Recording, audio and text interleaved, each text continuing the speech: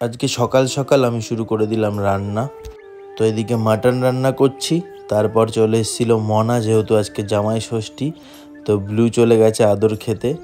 এইদিকে দেখো আজকে আমাদের বাড়িতে ইলিশ মাছ ভাপা, স্যালাড, চাটনি, আর এইদিকে হচ্ছে গিয়ে তোমার লাল লাল ঝাল ঝাল মাটন কষা, আর এদিকে হচ্ছে গিয়ে আমের চাটনি, আর হচ্ছে গিয়ে পাঁপড়। এই রান্না হয়েছে। আর এই লাল লাল ঝাল ঝাল মাটন কষাটা আমি নিজে রান্না করেছি, দেখেই লোভ আসছে।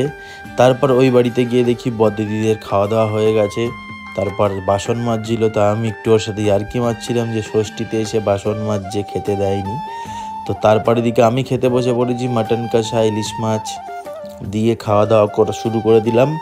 এই যে প্রথমে ইলিশ মাছ দিয়ে ভাতটা খাচ্ছি, তারপরে দেখতেই পাচ্ছ লাল লাল ঝাল ঝাল মাটন কষা দিয়ে ভাত খেয়ে বিকেলে তারপর বেরিয়ে গেলাম আমি আর বাপিদা একটু চা খেতে গিয়ে ঘেমে অবস্থা খারাপ।